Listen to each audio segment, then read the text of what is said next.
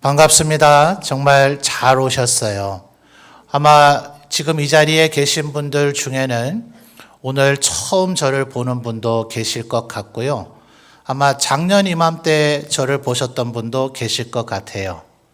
어쩌면 저희 교회가 지금 10수년째 이 일을 하고 있는데요. 해마다 이맘때쯤이면 우리 교회를 한 번씩은 찾아주시는 그런 분들이 계실지도 모르겠습니다. 몇 번 오셨던지 간에 정말 저희들의 초대에 응해서 오늘도 참석해 주신 것에 진심으로 감사를 드립니다. 제가 한 몇 주 전에 GS마트에 물건을 살 일이 있어서 아내하고 길을 걸어가고 있는데요. 어떤 분이 갑자기 저보고 안녕하세요 하고 인사를 하더라고요. 웃는 얼굴에 침 뱉으면 안 되죠. 그래서 저도 안녕하세요 하고 인사를 했어요. 저보다 나이가 조금 더 많아 보이는 여자분이었는데 그분이 뭐라고 하시는지 아세요? 올해는 몇 월 며칠에 가면 돼요 이러시더라고요. 그래서 제가 너무 기뻤습니다. 우리 점천분들이 우리 교회가 초청해 주기를 기다리고 계시는 분도 계시구나. 그래서 저희들이 더 담대하고 기쁜 마음으로 여러분을 초대했습니다.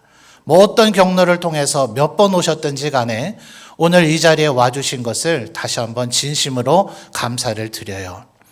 저희들이 여러분에게 감사합니다 이렇게 환영해야 되겠는데 지금 우리 교회 성도 숫자나 여러분 숫자나 비슷해요.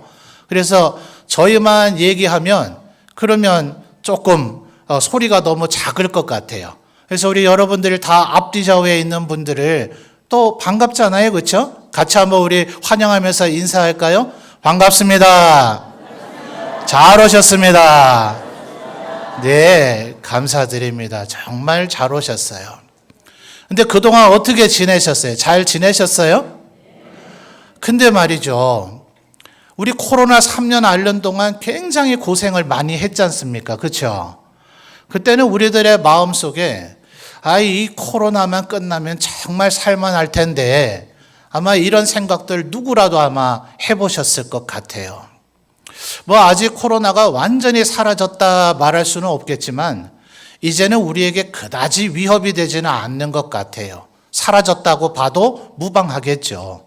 근데 어떠세요? 코로나가 사라지니까 정말 살맛 나고 세상이 좋아졌나요? 사실 그렇진 않죠. 물론 긍정적으로 생각하시면 좋은 부분도 있어요. 그런데 웬 세상에 전쟁은 더 많이 생겨지고 있죠. 그리고 또 이런 분 저런 분 만나 얘기하면 살기나 예전보다 더 힘들다 얘기하시고 아마 여기 지금 와 계신 분들도 대부분 저보다는 연세가 더 많아 보이시는데 아마 매일같이 약을 드시는 분도 계실 테고 또 가정에 이런저런 근심 걱정이 여전히 있으실 것 같아요.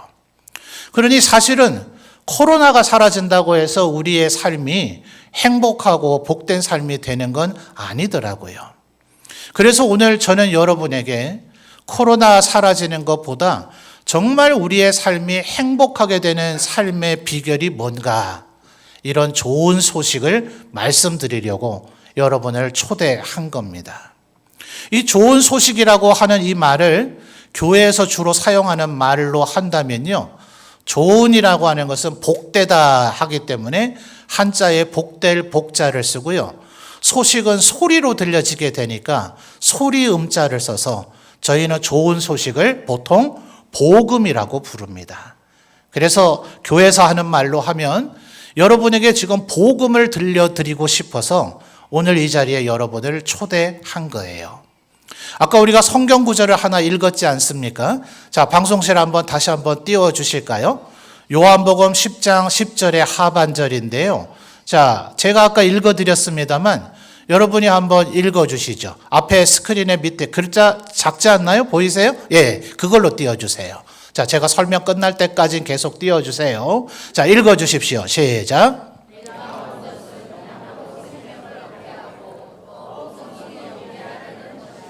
아멘.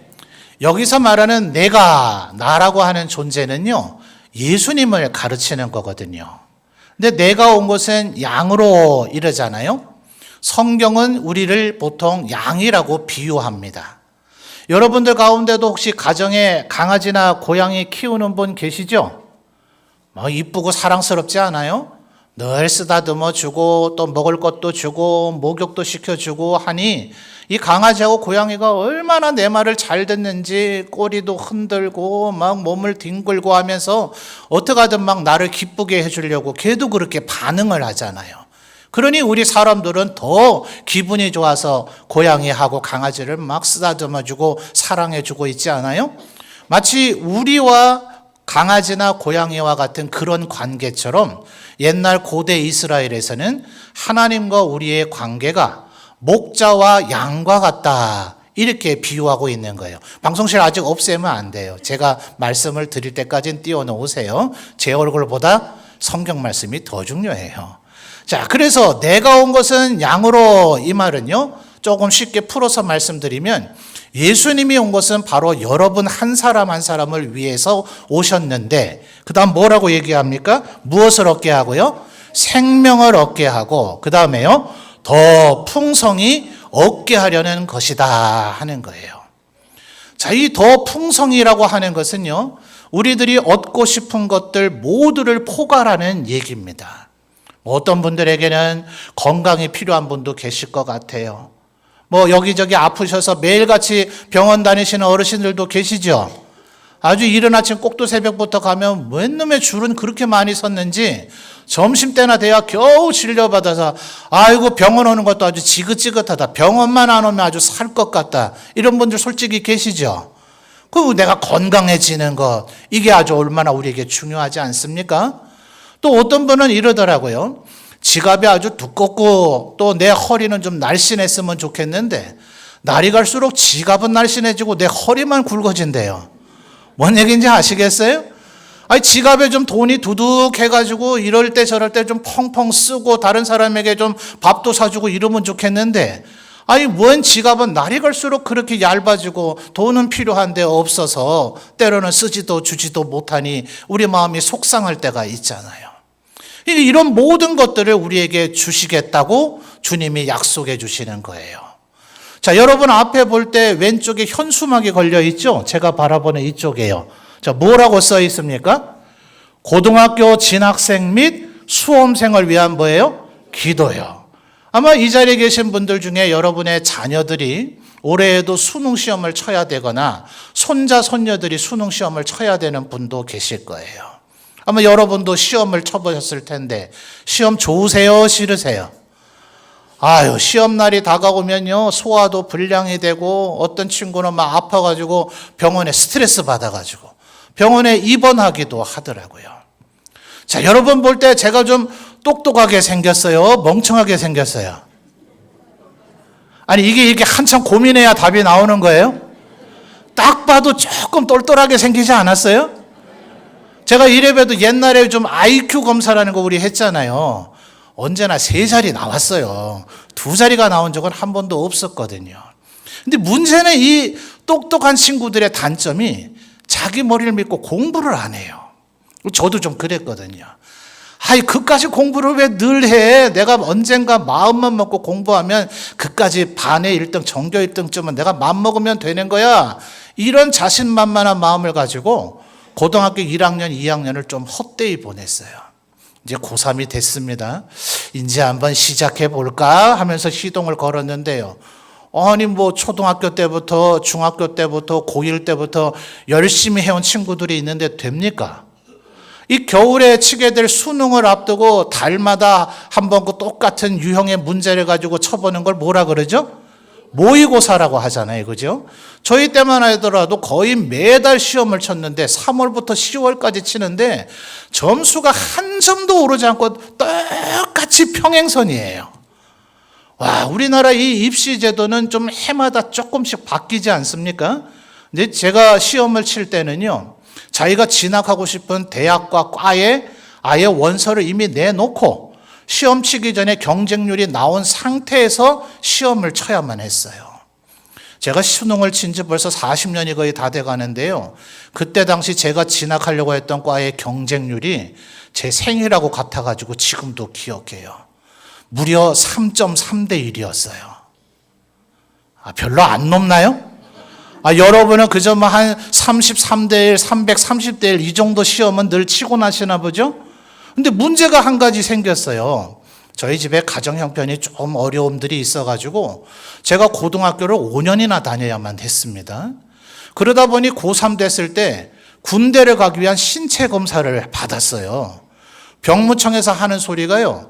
대학을 입학을 하면 졸업할 때까지는 네 원하는 대로 자동으로 연기가 되지만 떨어지면 바로 영장이 나와서 군대를 와야 된대요. 아니 지금 안 그래도 지금 시험에 합격할까 말까 고민이 돼 죽겠는데 떨어지면 군대 가서 3년 복무하고 나면 그 다음에 공부가 잘 되겠어요? 안 되겠어요? 더 잘 안 될 거 아니에요? 이게 참 난리가 난 겁니다. 다행히 우리 집안 가족들은 거의 대부분 예수님 안 믿는 사람을 찾아내야 될 정도로 다 예수를 믿거든요. 그래서 다 같이 이제 기도에 돌입을 했어요. 그랬더니 시험을 쳤는데 이 모의고사를 친 10달 동안에 한 점도 오르지 않던 점수가 무려 60점이 더 나왔습니다. 이게 안 믿는 분이 계시는 것 같네요. 이게 졸업한 학교 가서 성적 증명서를 떼다가 저기 시청 게시판에 게시할 수도 없고 이거 어떻게 해야 되죠? 아니 이게 왜 시험이라는 게 이렇잖아요. 정말 공부 잘하는 친구들은 국영수든 무슨 과목이든 1과부터 끝과까지든 어디든지 다 알잖아요. 그죠? 근데 이 애중간하게 공부하는 친구들이 어때요? 여기는 아는데 여기는 모르겠고 뭐 이런 거 있잖아요. 그죠? 근데 이 선생님들이 아주 시험을 골고루 내버리기 때문에 언제나 성적은 거기밖에 될 수가 없는 겁니다. 그런데 이게 웬일이에요? 그날 수능을 치는데 제가 하여튼 아는 것만 골고루 나왔더라고요. 그러니까 점수가 그렇게 올라간 거예요. 뭐 때문에요? 기도를 했더니 그렇게 되더라 하는 거예요. 그래서 여러분을 오늘 이 자리에 모신 겁니다. 여러분 우리가 살아가면서 우리의 삶에 문제가 때때로 시시각각으로 있습니까? 없습니까? 감기 한 50년 60년 걸리며 살았으니까 이제 내가 알아서 조심하면 영원히 감기 안 걸립니까? 아니죠. 보니까 뭐 독감 예방주사는 우리 어르신들이 더 열심히 맞으시더만요.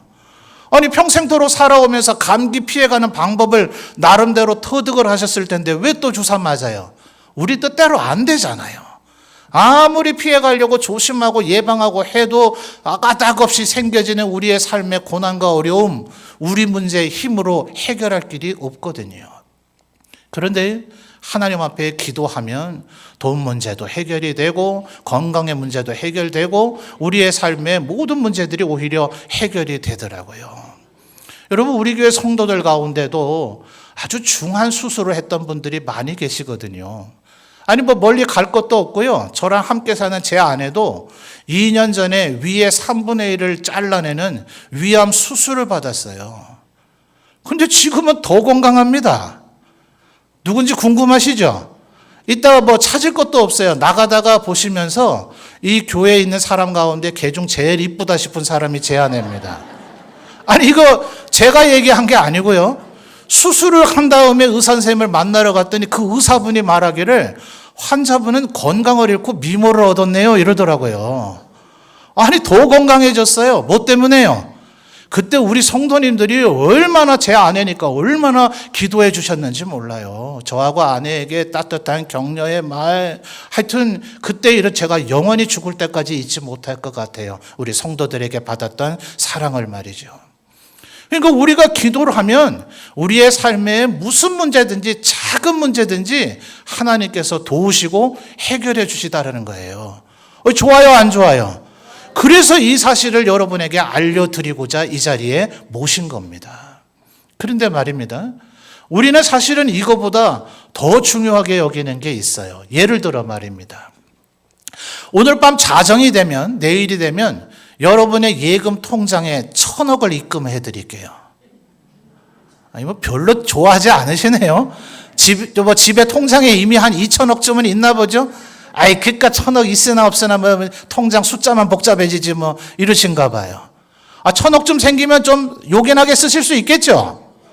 근데 말입니다. 저녁 7시쯤에 여러분이 돌아가셔야 돼요. 이러면 이 1,000억 필요합니까 안 합니까?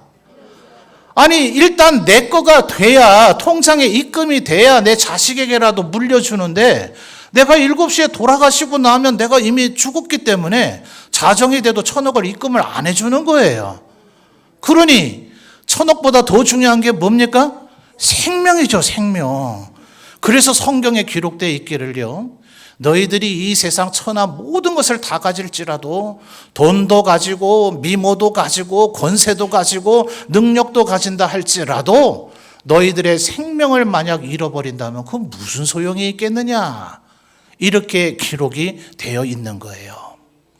그래서 여러분에게 영원히 살 수 있는 길이 있다는 것을 알려드리고자 모신 겁니다. 아마 여러분에게는 돈 문제도 중요하고 또 건강의 문제도 중요하고 여러 가지 문제들이 도와주는 사람이 있어서 해결되면 중요하겠지만 사실은 그것보다 생명의 문제가 더 중요하거든요. 여러분, 요즘 몇 살까지 살 수 있는 시대라고 얘기합니까? 100세 시대라고 얘기하죠. 근데 실상은 어때요?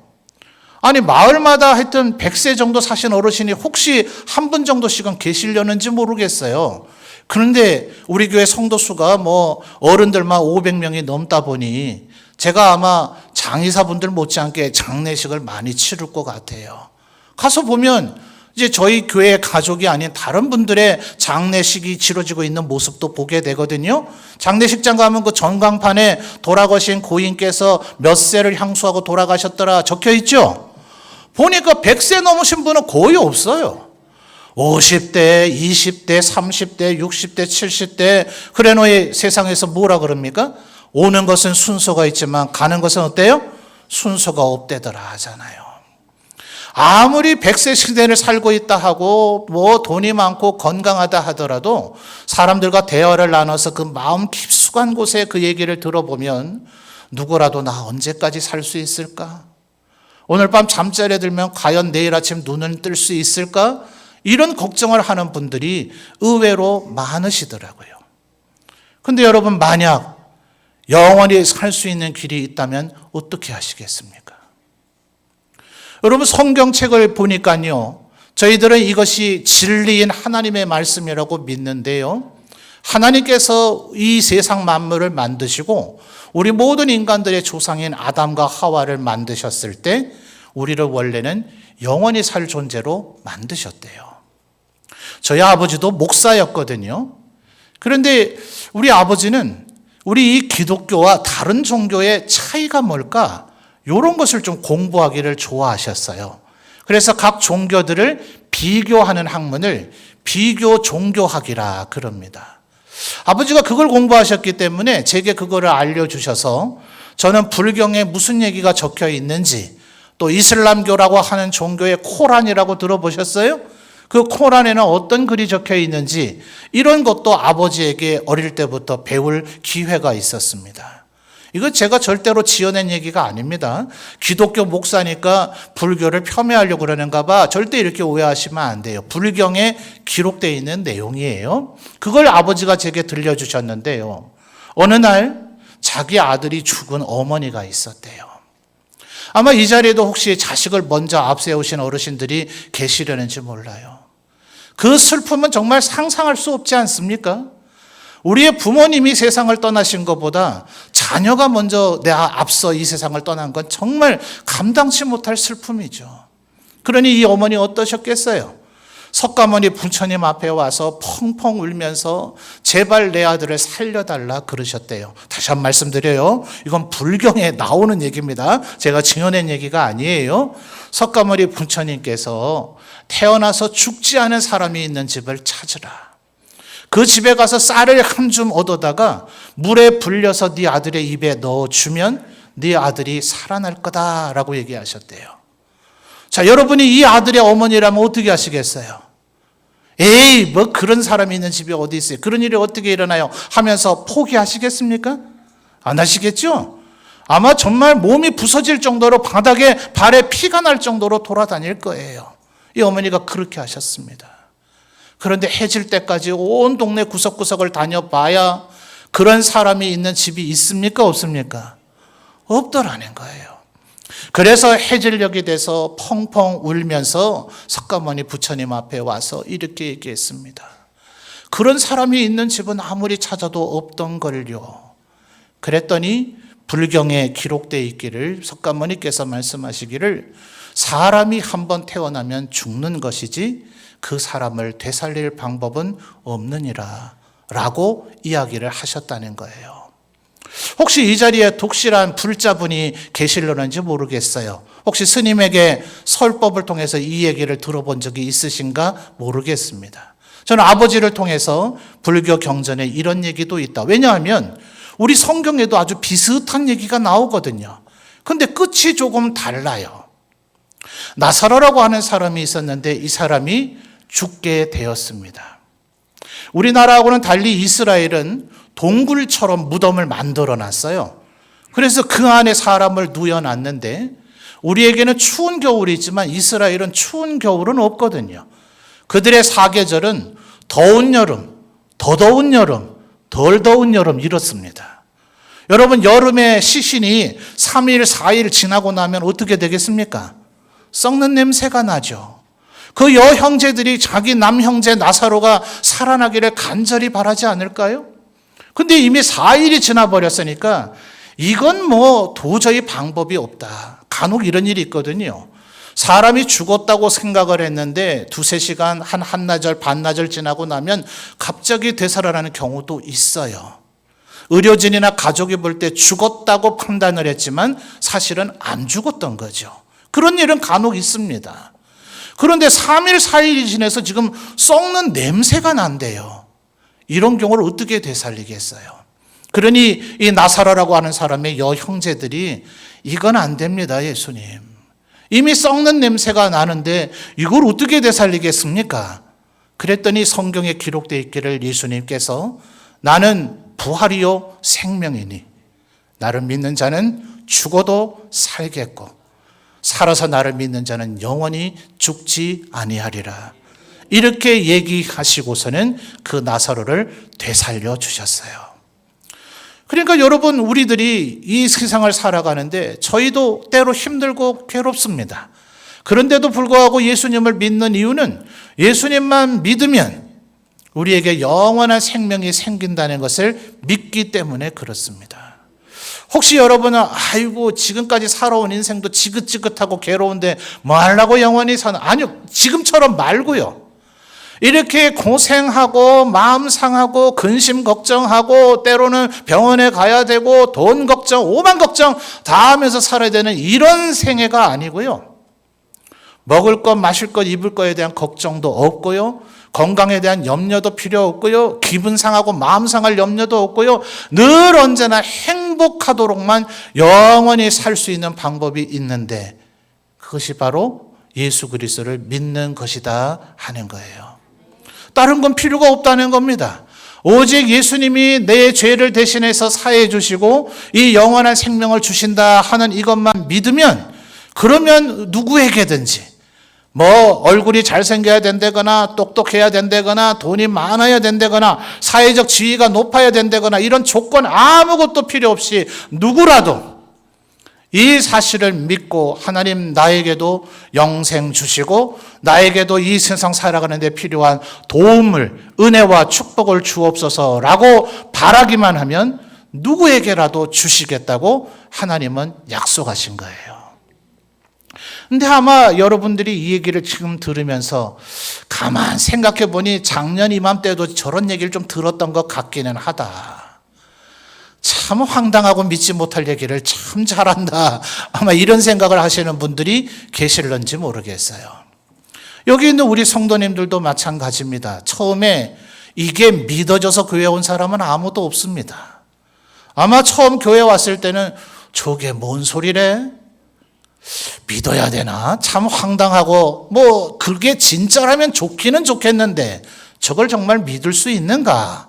이런 생각을 아마 우리 성도들도 대부분 하셨을 겁니다. 그런데 성경에 보니까요, 믿음은 자꾸 하나님의 말씀을 듣다 보면 생긴대요. 우리 성도들에게는 이 믿음이 있습니다. 우리 성도들에게 한번 물어볼까요?